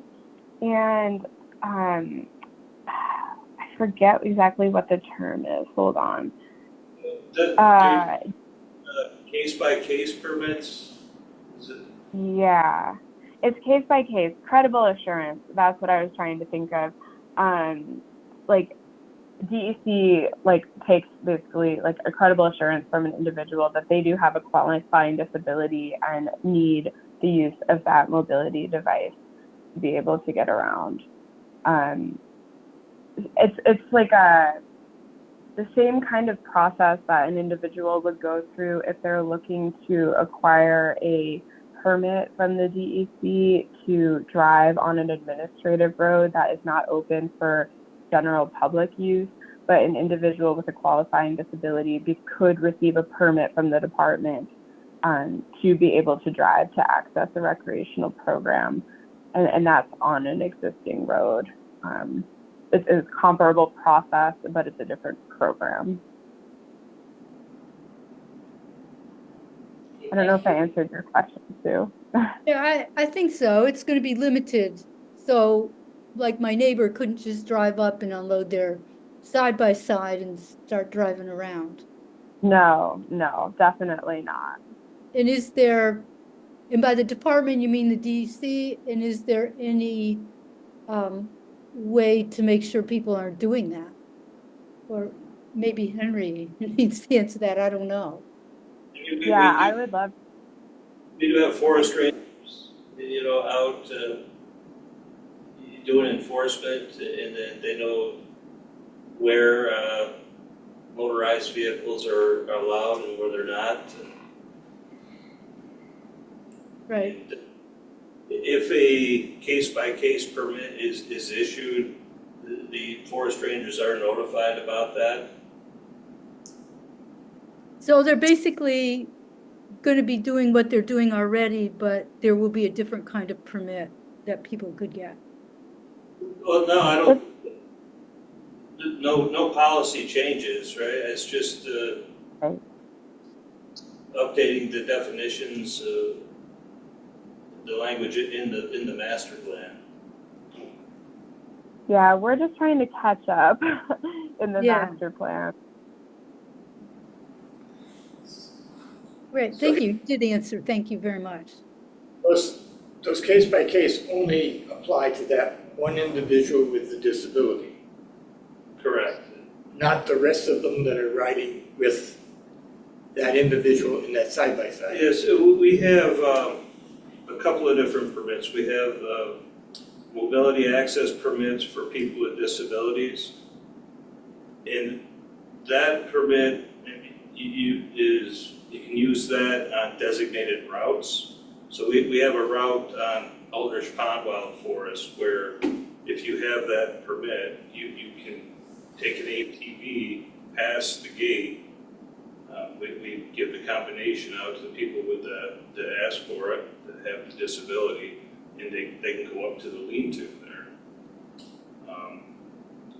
And then we have the case by case, which there's not a lot of interest in them, but occasionally people do call and ask. Mostly it's on easement lands where we've given people a permit for hunting season, basically, with an ATV in an area that's not open to public ATV use. So yeah, and with those permits, they can have somebody with them. So if it's side by side, they could have somebody with them to get out and open the gate or something like that. Well, I'm under the impression that a side-by-side doesn't require like insurance and other things that ATVs do and license plates and things like that. Does that put them in a different category?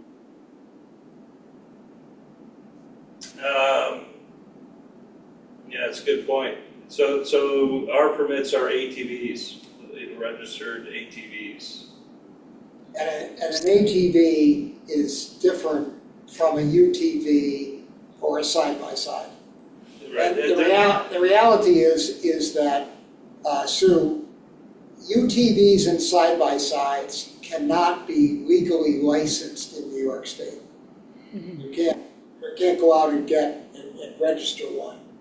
And they technically, although this happens all the time, technically it is illegal to ride them on any public highway.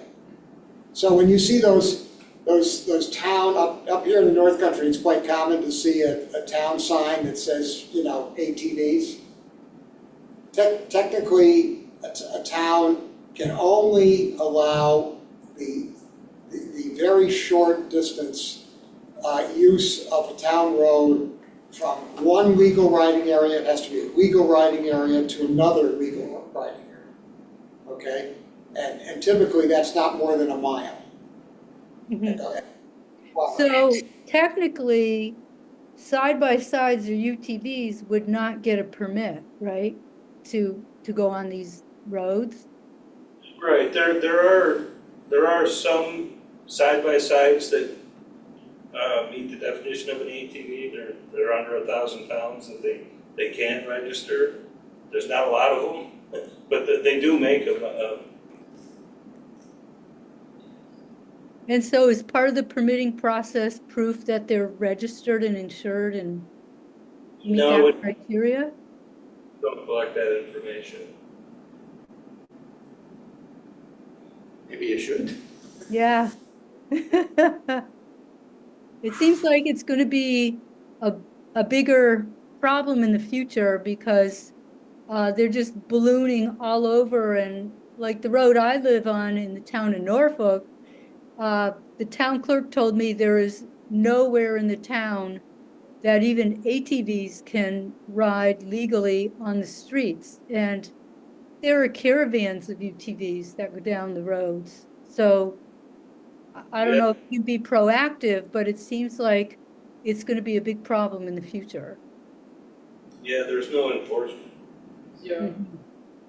And it's important to note that the Americans with Disabilities Act does not require, whether it's a DEC program or a town program or a county program, does not require a change that fundamentally alters the program.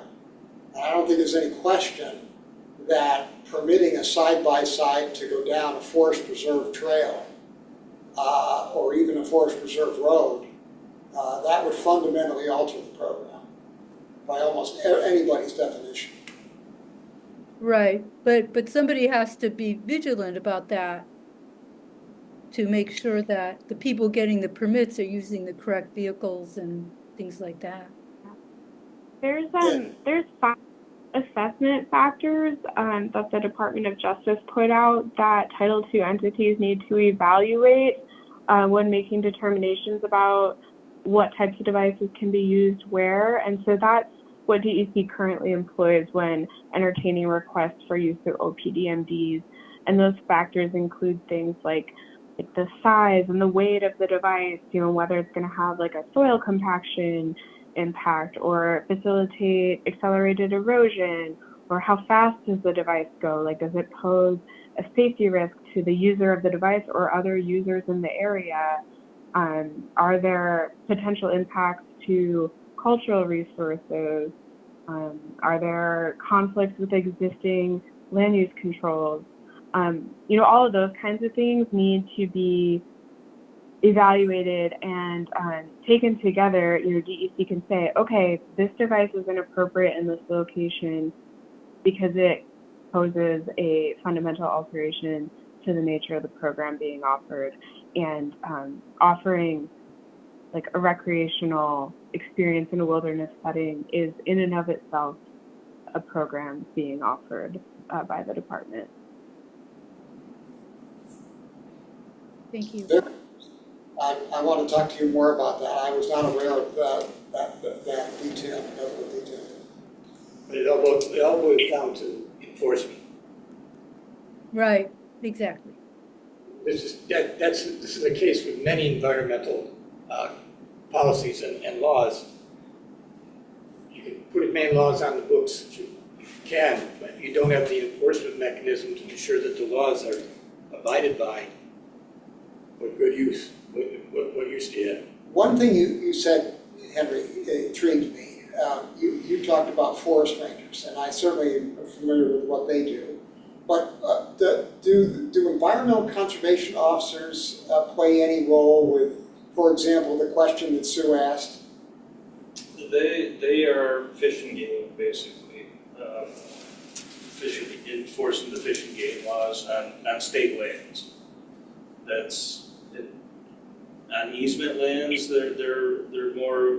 This is private land. They're on there more, but forest rangers basically have jurisdiction on.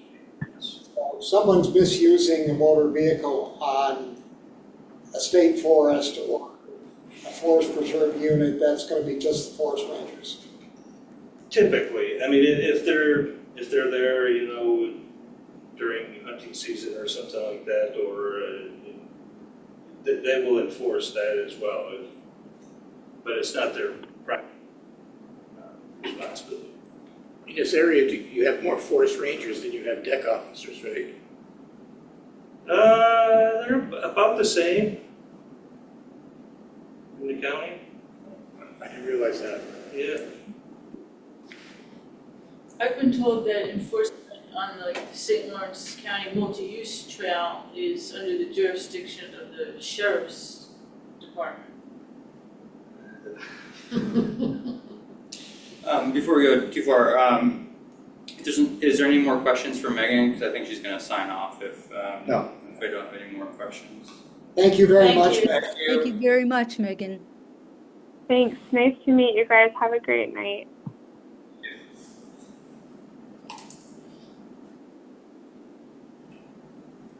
So we're in this process, because we are advisory to the Board of Legislators. What conceivably is our role in the discussion? Or are we basically at the point of acting as individuals with these comments as far as the written comments? This is where we're coming from. Well, probably at this point, because the comments are due in by December 2nd. Yeah, So probably. individually. So we can act as a independent, we can give public comments as the EMC, not representing the Board of Legislators, because we have done that for other advisory boards. So we can function as the EMC.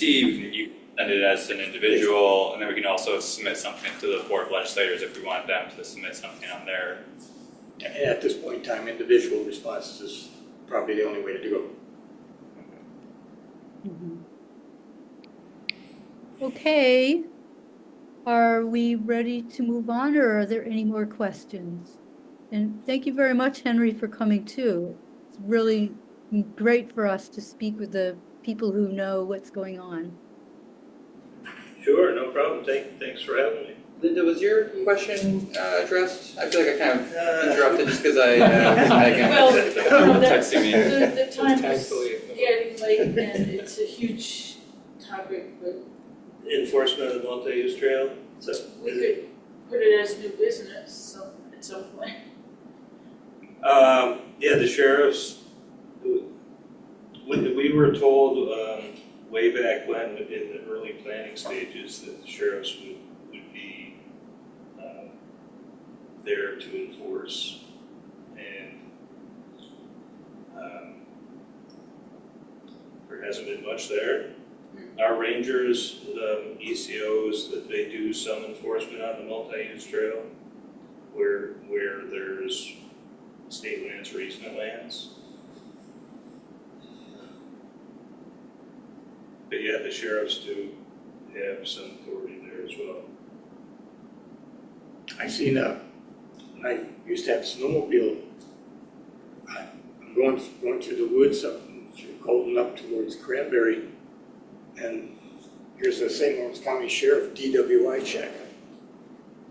I mean, so apparently they can go just about anywhere they want to. They did that one season to kind of make an impression that there would be enforcement, and it was fought against greatly by the recreating crowd that it was overreach, and DEC and whoever backed right off. There was only one season where there was actual enforcement What season was that? Do you know? within the past 5 years. Because I know 5 years there is or a so. new sheriff, so there is the potential that you could bring up the issue if we want. There's always, yes, for improvement. What's next? Okay, the next thing is council logistics and new applicants, and the e-board has asked other members to weigh in on their opinions about the applicants, and I know Linda sent something. Is there anyone else who would like to speak about it? The e-board has discussed this at length, and we would really like to reach out to other parts of the county to get some, other parts represented, like down by Fowler and over by Hammond and things like that. So we're considering, leaving a couple places open so that if we do some outreach, we have the space to put people. Sam, do we have 3 or 4 openings now? Is it? So we technically have 5 Yeah. openings, but there is one applicant that did get submitted, so there's gonna be 4 Okay, more. so there's 4, yeah. So I don't know, does anybody else have any input for the e-board to talk about this more? We we thought that one thing, possible action would be to communicate with the Board of Legislators in those regions that do not have any representation on this board, as to bring it to their attention, and maybe if they could take and come up with somebody who's willing to take and volunteer, who meets the criteria of being on the EMC, that might be a way to take and facilitate that. So we're Right. missing 2 towns? Is it two areas that we're missing? Right, for- two areas. We were thinking of Colton and sort of south there and by Governor and things like that. Yeah, Governor, We were gonna Powell, focus. we don't really Rossi. have anybody in there. So we don't have, No, and I it's okay. think we also thought it'd be a decent idea to postpone this, since nobody's been only the one has been put forward. Right. Maybe I'm speaking out of turn here, but I think we said we wanted to delay that to January. Is that right? Well, I think we were gonna meet in December as an e-board, and at that time decide how many people we would put forward and, how many positions we would fill. And in the meantime, we're hoping to get more applicants from geographical areas that are not served at all now. So that was sort of a plan. Can you guys hear me okay? Yes. Nicole, did you? Okay, I just wanted just a quick, yeah. Can you hear me? Yes. We did. Okay, just for point of information. Let me step outside. There. Cool up.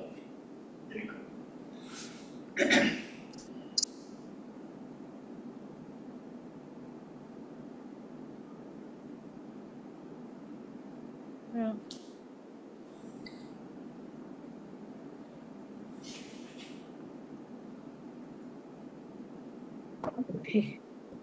Can you hear me now? Sorry.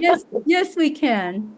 Okay, perfect. I stepped outside. Just for point of information, if you, as an e-board, if you decide the folks that you want to fill the open seats and send them forward, I share that that's the recommendation of the committee, is to take those folks and have them be on the board. If you send more applicant names forward than you have seats available, it actually enacts I chair it. It's a committee that we actually go through an interview process with the candidates' names that have been forwarded, and the Board of Legislators decides who will fill those seats if you send more names forward than you have available seats. So I just want you to be thinking about that when you're.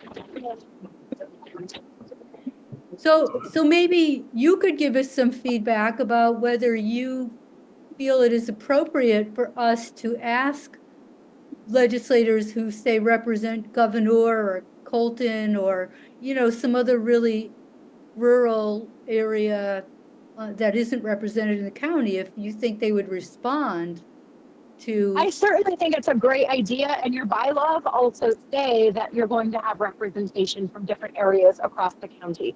So I think Right. it's a really good place to start. And then if you, as a committee, if you're torn on names and you end up with, let's say, 6 candidates for the 4 seats, and you put 6 names forward, then we would actually, the Board of Legislators, we're a committee of 3 people. It's myself, Rick, and Dave Forsythe. We actually interview the applicants and we make recommendations for the ones that would fill the seat. So you guys would need to decide if you want to forward on 4 names to fill the 4 seats, or if you want to forward on more names and then have us make the final decision. So I wanted you to be thinking about that when you're considering that. Well, could we say, for example, forward 2 names and look forward Yes. to getting new people to fill the other 2 that are in an underrepresented area? Yes, you certainly can, and then reach out to the other applicants and just say at this time we have multiple representing your region. We would certainly consider you if an opening comes up for your region of the county. Right, great. Yep. Thank you. That's very helpful. You're welcome. You're welcome. Nicole, there is a checkbox on the application whether we have reviewed them or we Endorsed. we endorse that applicant. Yes, and some of the 32 committees actually have in their bylaws that a name can't be forwarded unless they have like endorsement from a current member on the board. So that could be why that check mark is on there for all of the biodata sheets, because we certainly have, I know emergency management, that's one of them, that they have to have a member of the board that endorses them to apply to begin with. Okay. So, it's not too late. If you have any strong feelings about any of the applicants, then please feel free to, I would say, send an email to Sam, and we will definitely take all that into consideration when we will be meeting in early December. So, thank you, everybody. The next is comments from the public. I don't think we have any public tonight. So none of the applicants came tonight, right? Yeah, no one came. No applicants. Okay, because one of our criteria is we want people who will come to the meetings, whether they Zoom or whether they're there in person, and we prefer in person because then they can participate in some of our programs outside of the meetings. Okay, we have reports. There's it's after 8, or yes, after 8. It's after 5 here, but it's after 8 your time. Does anybody have any questions on report of staff? I think that's the only report that we haven't had. Well, is there anything? Yeah, there was a couple of things that Okay, great. Nancy, our architect, gave me a list of stuff just to mention. She wanted me to mention that Governor Hochul announced the statewide burn ban is in effect until the end of the month.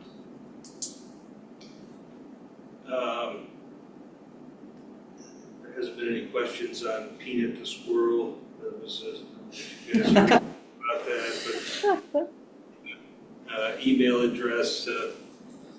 If there are any, Backyard, by the way. if there are any questions, I can't answer them.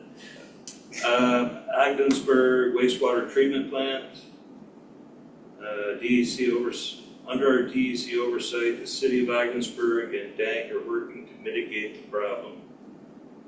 Operational indicators suggest the plant is on path to returning to proper treatment. This is Ogdensburg wastewater management. Yeah. Not sure what happened there. And chronic wasting disease. So there was an incident in the region, Herkimer County. There was a captive deer that tested positive for chronic wasting disease. It's been a couple of weeks now. That was a captive deer? It was a captive deer, and it was found during routine surveillance efforts. That's just the one. Just one by Ag and Markets. Ag and Markets is the lead on it, the lead agency. At this time, there's no evidence that CWD is present in wild deer.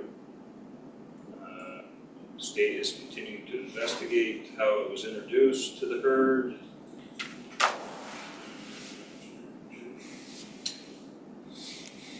DEC is enhancing surveillance of wild deer. There's in towns in Otsego, Herkimer and Otsego counties. 7 towns down there that are requiring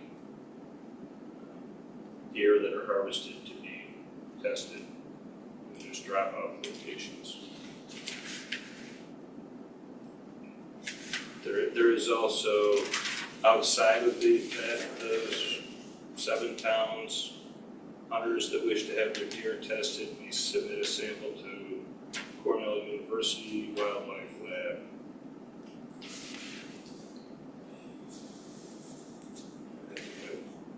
That page here.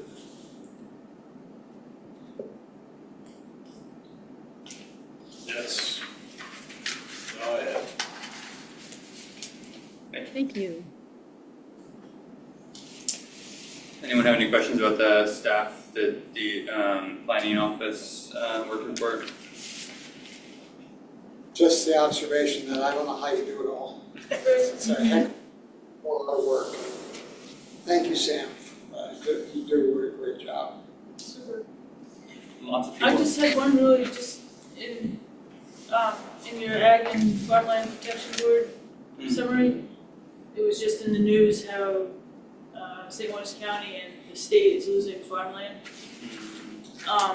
So for new business potentially, I was just thinking about the role of renewables. More and more farmland is being occupied by solar, and at the same time, the demand for electricity by crypto mining and AI is using up any additional electricity that's being generated by renewables. It's being consumed at an exorbitant rate by crypto and AI. And I know that the planning board, you recently commented on the planned expansion, which was given the go-ahead for appointment in Messina to expand their operations. So I just thought it would be an interesting topic to discuss right here in the county as our farmland is being occupied by solar. At the same time, we have crypto mining, and then the one in Plattsburgh too. And I brought a couple articles from the Energy News Network here about that issue, and then a past article from Marketplace, how in Plattsburgh they're almost regretting expanding crypto mining there because in peak demand, they have to go to the spot market to buy power because there's That's just because not. it's a municipal system. A municipal system has All to. municipal systems have to operate within their agreements with the power authority. Well, in this article, it describes how when the crypto miners expand, that they're reducing that available electricity to municipalities, and there's a scarcity of power, and it's forcing everyone to pay higher rates, basically. So anyway, it's kind of esoterical, I don't know, but I just thought maybe the EMC would think about the role of renewables consuming farmland. At the same time, we have crypto miners in the county that are consuming it. So it seems like it's a wash, or maybe even a net loss. Well, maybe, I don't know, Sam, did you hear anything from Shannon? Because she works for NYPA. Maybe she could tell us a little bit on how that works, because as I understand it, the Bitcoin place at Reynolds, the old Reynolds, is getting money from the power dam that the other places used to have. And it's taking over theirs. But as a person who has Messina Electric, I have also heard that Messina Electric somehow is being hurt by that as well, because I don't know what the agreements are, but it seems like if we could sort that out, that might be a good thing to think about. Messina gets all of its power from the Niagara Lewiston project, they do not get any power from Robert Moses. Oh, but on paper, see, like we have to pay for a certain percent of nuclear power, a certain percent of coal power and all that. So, that was changed by FERC like a number, I don't know, probably 20 years ago, where the power actually comes from. I don't know who decides, but on our bills, we supposedly have to pay for some nuclear and some, natural gas and things like that. And we do have to pay transmission, and I don't know how they figure out. I mean, I could talk to the Messina Electric people and they could tell me, so I could do that too. But I just was wondering if you'd heard from Shannon, number one, and if there was any, I don't know. I don't know what her role is at night. So I have not heard from Shannon. I was a part of a meeting, I can't remember the lady's name, but she was from NIPA, and it was like they do, I guess companies apply to get allocated electricity from them, and they approve it with the idea that like these industries are creating jobs in the area. But then so the conversation was, do these cryptocurrencies and AI, are they actually creating jobs, or are they just warehouses of computers, basically consumption? Right. And talk about it from a zoning land use kind of discussion of like, would they be able to be zoned in certain areas and what power, and I don't know where they actually landed on that conversation. So that is something that the county is beginning to become aware of, because it seems like it is going to be a big issue coming forward. Mm-hmm. So renewables consuming ag land, there is the idea that it is consuming soils, but it's not. I think we should be careful on how we view it. It's not that renewables are coming over and taking over viable farms that are producing great things and thriving economically. These farms are going out of business essentially. So they're already shutting down as farms and agriculture. And then the landowners who are basically desperate to get out or have some kind of retirement are then getting these leases which are allowing them to retire and have some sort of economic stability. So I just want to be careful on how we are phrasing it. It's not that it's not like a hostile takeover, if you will. It's more of these farms are going out of business anyway. And a lot of these farms are going to turn into brushland, which might turn into forest, and that is a good thing from an environmental point of view, and should be conserved from that point of view. But yeah, though that what you just said and what Linda said, it does raise the question that maybe it would be useful to find out why we are losing. What are the factors that is causing the loss of agricultural lands in one of the formerly was one of the great agricultural counties in the state. And so if we could get, I don't know, someone from Cornell Cooperative Extension or somebody that might be knowledgeable, Sam, on that issue, I think that I would be interested in hearing. No, I would be very, so Sam just summarized a very general, I don't say opinion or a statement. And I'm always asking that question.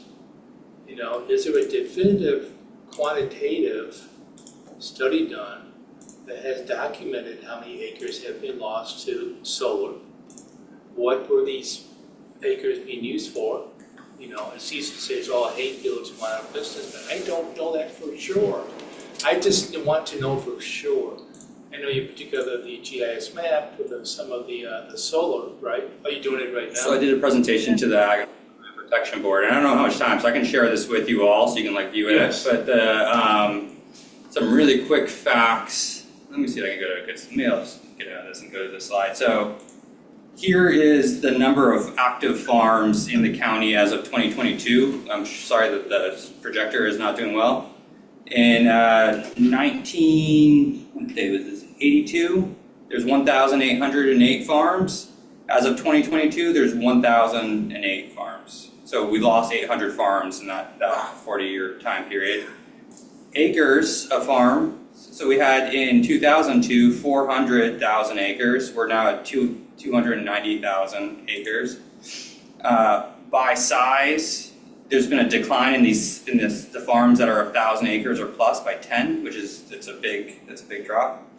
And then here's the slide that I was actually really thinking about is that 75% of all sales. So if you assume the maximum of the economics of sales that are potential, 75% of all sales in the county come from 75 operations. Or 68% of all sales come from 48 operations. So it's just scale of operation. It's the Walmart of agriculture, right? No, and this is good. I would love to Massive see that. So you got this from the census though, right? Yeah. And that's the most recent is the 2022. 2022. So it's a timeline with these. Yeah, but did you notice that the greatest drop in the number of farms predates solar development? Yes. Yeah. That's fine, and that's why the answer that I'm looking for now would say what type of farms, what type of ag. Does it include dairy? Does it include certain crops? Okay, let's go to that slide. Does it go into Yeah, that? When I first came to St. Lawrence County in the early 80s, there were a lot of little dairy farms, a lot, and they were 100 cows, sometimes less, and all those are gone. Unless there's an organic operation that can support itself on 100 plus cows, those are all gone. And I would guess that there were hundreds of them. And I think that's a big part of it. And you're right. We have become industrial ag, and it's all, all the big dairies. There are very few vegetable farms and orchards, but there are people that are starting to do that. But, it's very hard to do that, and it's very hard, it takes a while to ramp up and stuff. But I would be interested to see whether a lot of where the farmland is, a lot of people used to lease it out to the big dairies and stuff like that. And if that wasn't economically feasible, that, considering taxes and all that, maybe that's why they're selling out to the solar, I know I've heard from several farmers that their children did not want to inherit the business, right? They did not want to be second, third, fourth, fifth generation farmers. And I think that's one of so people don't come in to buy somebody else's farm up and take over their operations. Traditionally it is handed down to your children and grandchildren. And so when those options aren't viable anymore, it leaves these, aging people with a job that's super demanding on the body. And I know that I've, had conversations with several people that's kind of the demise of their farms have come from that, is there's nobody to inherit it. And the startup capital costs are very, very high. I mean, if you want to start a dairy farm or something, it's probably prohibitively high. So that's another issue that, that people have to deal with. 2 years ago, I went on the ag tour in August, and we toured the Zufall farm over in Lisbon. It is a 100% grass-fed organic dairy farm, probably no more than maybe 150 head. But they they agreed and took 5 or 15 to 20 acres of non-tiled farmland, and they would not disclose how much their lease agreement is. But they have a 5 megawatt solar farm on their farm. They are getting paid by the developer to keep the vegetation growth down. Vegetation management, yeah. Yeah, they have 35 sheep that are wandering underneath the panels, and they're putting more in. So a small farm could put in solar but still maintain its integrity as a dairy operation. But it's got to take a lot, I do not mean to degrade the intellect of the small farmers, but your head's gotta work and you gotta know the business inside out and upside down. And they seem to be very, very successful over Zoom. Interesting, yeah, that's right. Yeah, that 15 acres of solar is actually, he makes more money off of that than his entire other farming operation, so. But they range from something like $1,500 an acre to as high as $2,700 an acre, I think. Yeah, that's about a good range, yeah. I mean, It's like 1,000 to 3,000 per acre per year. just do the math. Per year, yeah. I mean, just do the math. It's just, I'm the head out. Thank you. Thanks again. Yeah, Thank you. Thank you. I can share this presentation that I did, the slides That'd if be anyone's good. interested, yeah. Will we get it without you? Okay, it's 20 after 8, so people have to decide if they want to continue to watch or just, you know, I don't know if we want to during the meeting and just watch those who are interested, or how, does anyone have a feeling about that? I'll make a motion to adjourn. Yeah, I would second the motion. Yeah, I think for the formal meeting, we need to adjourn. Is anyone against adjourning? Okay, then we're going to be adjourned.